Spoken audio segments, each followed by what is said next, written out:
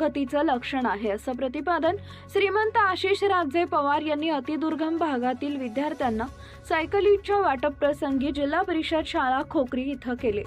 यावेळी व्यासपीठावर सुरगाणा राजघराण्यातील वंशज श्रीमंत आतिशराजे पवार, बडोदा संस्थांच्या वंशज श्रीमंत अनुशीराजे पवार, कॅनरा रोबॅको म्युच्युअल फंड पुणे येथील संचालक सचिन मथुरे, सरपंच काशीनाथ गवळी, उपसरपंच तानाजी वाघमारे, ग्रामपंचायत सदस्या प्रमिला धूम, उलगुलान शिक्षक संस्थेचे राज्याध्यक्ष पांडुरंग पवार, तालुका अध्यक्ष उत्तम वाघमारे, रतन चौधरी, कृष्णा देशमुख, मंगलदास गवळी, भास्कर बागुल, सचिन राऊत, संतोष देशमुख, शिक्षक तुकाराम भोये, हरिश्चंद्र गावित, संजय तुंगार, मनीषा जगताप, सेवानिवृत्त मुख्याध्यापक शंकर धूम,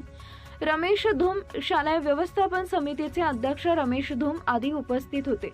यावेळी राजे पवार यांनी सांगितले की आदिवासी भागातील विद्यार्थ्यांनी कठोर